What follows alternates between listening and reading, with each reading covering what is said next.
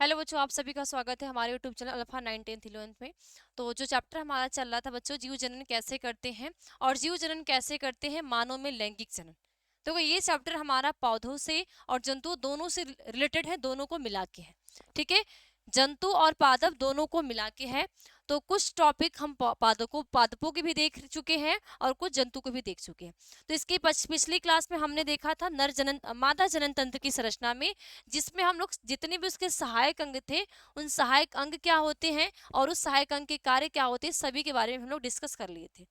तो आज की क्लास में हम देखेंगे सहायक ग्रंथि, और सहायक ग्रंथियां जो होती है विशेष करके बार्थोलिन ग्रंथि और स्तन ग्रंथि के बारे में, क्योंकि आपके बोर्ड एग्जाम में स्तन ग्रंथि पे टिप्पणी आ जाता है या जो स्तन ग्रंथि का डायग्राम बनाने के लिए आता है।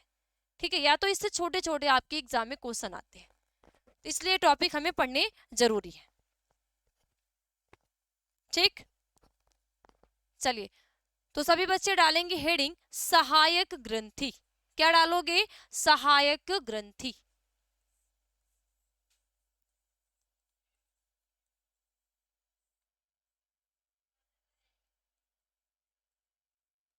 सहायक ग्रंथि।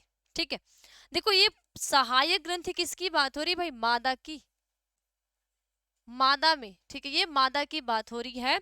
तो मादा में दो प्रकार की सहायक ग्रंथियां पाई जाती है। मादा में कितने प्रकार की सहायक ग्रंथियां पाई जाती हैं? दो प्रकार की सहायक ग्रंथियां पाई जाती हैं। पहला है स्तन ग्रंथियां, दूसरा है बार्थोलीन ग्रंथियां। ठीक है, स्तन ग्रंथियां और बार्थोलीन। स्तन ग्रंथियां, मेमोरी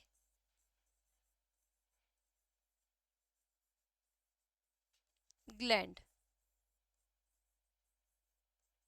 दूसरा है बार्थोलीन, बार्थोलीन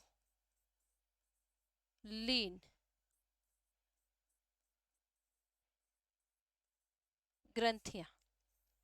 ठीक है, बार्थोलीन ग्रंथियां, ये दो ग्रंथियां मादा के अंदर पाई जाती हैं और इन दोनों ग्रंथियों के द्वारा कुछ न कुछ श्रावण होते हैं। अगर हम स्तन ग्रंथियां की बात करें, किसकी बात करें? स्तन ग्रंथि। स्तन ग्रंथि पहले छोड़ो, हम पहले यही पे एक छोटी सी लाइन में समझ लेते हैं ये बार्थोलीन ग्रंथि है क्या।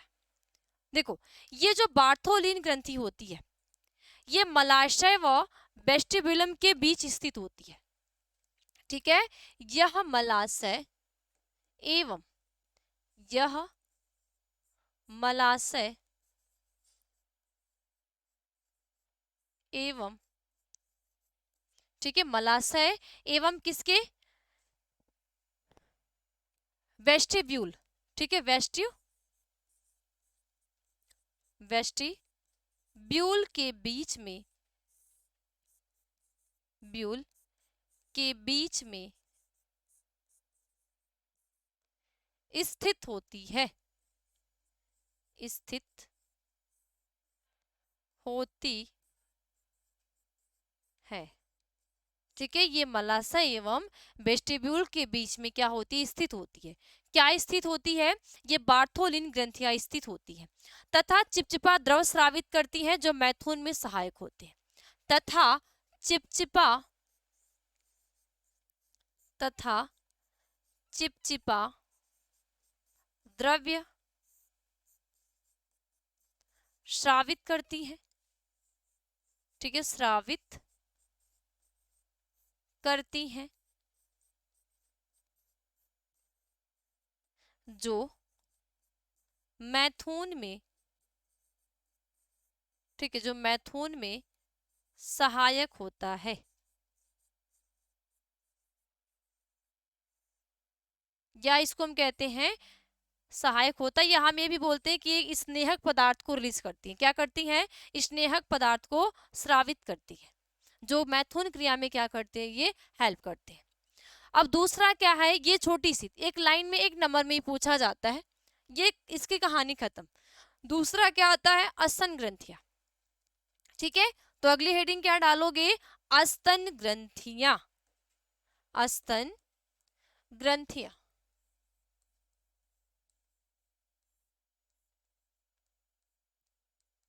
अस्तन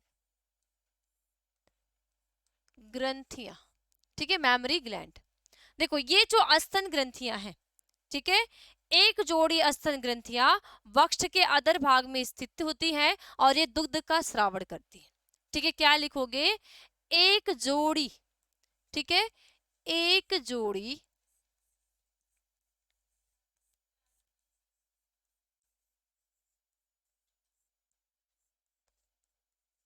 अस्तन ग्रंथियां, ठीक है, एक जोड़ी अस्तन ग्रंथियां वक्ष के बीच, ठीक है, वक्ष के दोनों ओर, ठीक है, वक्ष के बीच या वक्ष के अधर भाग, ठीक है, वक्ष के अधर भाग, अस्तन ग्रंथियां वक्ष के अधर भाग में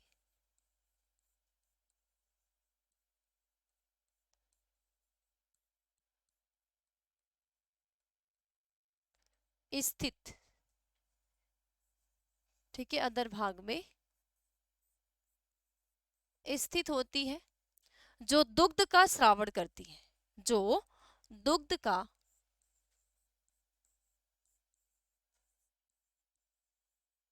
यानी मिल्क का श्रावण करती है, श्रावण, ठीक है, श्रावण करती है। ठीक है, तो एक जोड़ी स्तन ग्रंथियां वक्ष के अधर भाग में पाई जाती हैं। कहाँ पाई जाएंगी? वक्ष के अधर भाग में पाई जाती हैं और इनका कार्य है दुग्ध का स्रावण करना, यानी ये मिल्क को स्रावित करती हैं। क्या करती हैं? मिल्क निर्माण की क्रिया को ये दर्शाती है। ठीक है, और देखो अगर अस्तन ग्रंथियां की संरचना की बात करोगे तो अस्तन ग्रंथियां युग्म संरचना है जिनमें ग्रंथिल उत्तक और विभिन्न मात्रा में वसा होते हैं। तो आगे क्या लिखोगे? अस्तन ग्रंथियां युग्म संरचना है, ठीक है, अस्तन ग्रंथियां युग्म संरचना है, ठीक है, जिसमें युग्म संरचना है जिसमें, ठीक है, जिसमें ग्रंथिल उत्तक और विभिन्न मात्रा में वसा होते हैं, जिसमें ग्रंथिल उत्तक, ग्रंथिल उत्तक जिसको हम कहते हैं एडिपोज उत्तक, ठीक है, तो ग्रंथिल उत्तक तथा विभिन्न मात्रा में या वसा होती है, वसा होती है। क्या पाया जाएगा इनके अंदर? फैट, है ना, लिपिड। क्या होते हैं? लिपिड होते हैं।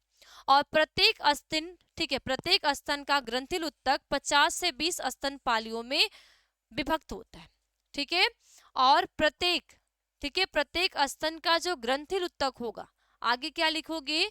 प्रत्येक अस्तन का, प्रत्येक अस्तन का ग्रंथिल उत्तक, ग्रंथिल उत्तक, ठीक है, ग्रंथिल उत्तक, ठीक है, प्रत्येक अस्तन का ग्रंथिल उत्तक 15 से 20, ठीक है, 15 से 20 अस्तन पालियों में, अस्तन पालियों में विभक्त, ठीक है, अस्तन पालियों में विभक्त होते हैं, यानी कि ये बटे होते हैं या तो डिवाइड होते हैं। ठीक है, क्या होते हैं? या तो बटे होते हैं या तो ये डिवाइड होते हैं। ठीक, कितनी? यानी कि एक स्तन ग्रंथि के जो ग्रंथिल उत्तक होगा उसमें कितनी? 15 से 20 स्तन पालियां होती है। ठीक है, और इसमें कोशिकाओं के गुक्ष होते हैं जिन्हें कोपिका कहते हैं, और इसमें इसमें कोशिकाओं के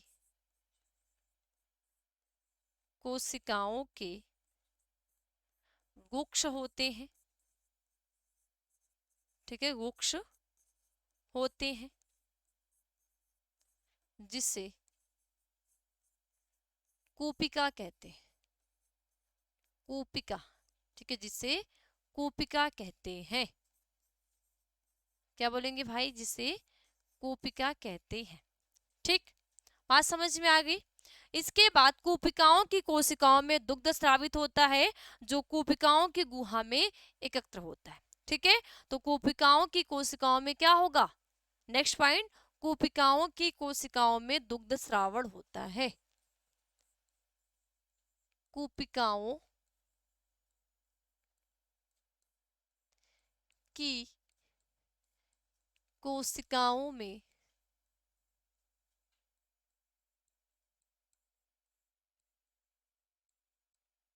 दुग्ध, ठीक है, दुग्ध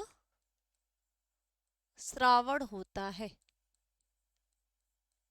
क्या होगा? दुग्ध स्रावण होता है, यानी कि दुग्ध का निर्माण होता है। तो कोशिकाओं की, ठीक है, कोशिकाओं की कोशिकाओं में दुग्ध स्रावण होता है, यानी कि दुग्ध का क्या होगा? निर्माण होता है।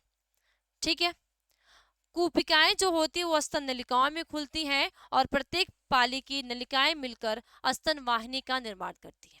ठीक है, क्या लिखोगे? कूपिकाएं जो होती है वो स्तन नलिका में खुलती हैं। ठीक है, कूपिकाएं,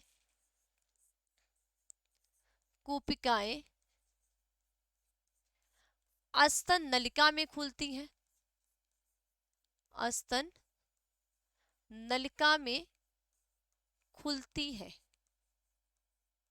अब यही अगर डायग्राम बना के देखो, ठीक है, अगर यही आप एक डायग्राम के थ्रू देखोगे तो आपको ये संरचना किस प्रकार से नजर आती है। देखो, ये जो स्तन ग्रंथि की संरचना होगी ना, ये इसकी संरचना, ये वक्ष भाग है ना, ये वक्ष भाग अगर एक अधर तरफ से आप देखोगे या अनुप्रस्थ काट करके या टीएस करके देखोगे तो इसके अंदर आपको बहुत सारी संरचनाएं देखने के लिए मिलती हैं। वो संरचनाएं क्या है? देखो,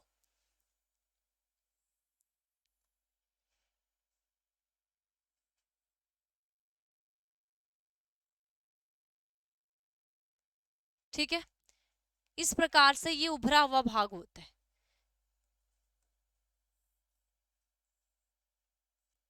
क्या होते हैं? उभरे हुए भाग होते हैं। तो ये स्तन हो गया। ठीक है, क्या हो गया? स्तन हो गया। स्तन के बाद, उसके बाद क्या होते हैं भाई? पसलियां भी तो होती है। स्तन के बाद इसके बीच में हमारी क्या होती है?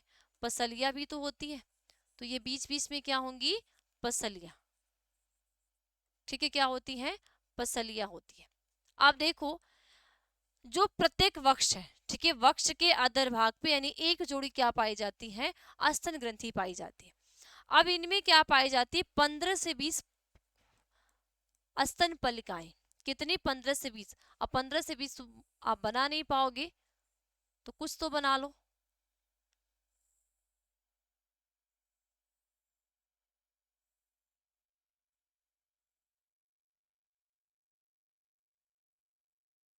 ठीक है, क्या होती है? 15 से 20 स्तन पलिकाएं निकलती हैं। स्तन पलिकाओं के साथ साथ इसमें हमने देखो ग्रंथिल उत्तक है। ठीक है, ग्रंथिल उत्तक है और ग्रंथिल उत्तक के साथ साथ इसमें क्या है? वसा भी तो है। तो ये जगह जगह आपको साइड साइड में क्या नजर आएंगे भाई? साइड साइड में एडिपोज उत्तक मिलते हैं। ठीक है, क्या मिलेंगे? एडिपोज। तो ये साइड साइड में क्या मिलेंगे? एडिपोज उत्तक मिलते हैं। ये एडिपोज उत्तक हो गया। अब इस एडिपोज उत्तक में इनमें वसा भरे होते हैं। क्या भरे होंगे? सभी में ये वसा भरे होते हैं। इनमें भी, इनमें भी, ठीक है, इनमें भी। ये जो स्तन पलिकाएं हैं, है ना, ये जो स्तन पलिकाएं हैं, इनमें कोशिकाओं का गुक्ष पाया जाता है। क्या पाया जाता है? इनके अंदर कोशिकाओं का गुक्ष। अभी कोशिकाओं का गुक्ष कुछ इस प्रकार होता है। ये जगह जगह,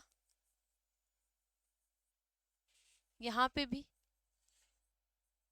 यहाँ भी, यहाँ भी, सभी में क्या होगा? कोशिकाओं का गुक्ष पाया जाएगा। इसी कोशिकाओं के गुक्ष में दुग्ध का निर्माण होता है। क्या होगा? इसी कोशिकाओं का जो गुक्ष है, इसमें क्या होगा भाई? मिल्क का निर्माण।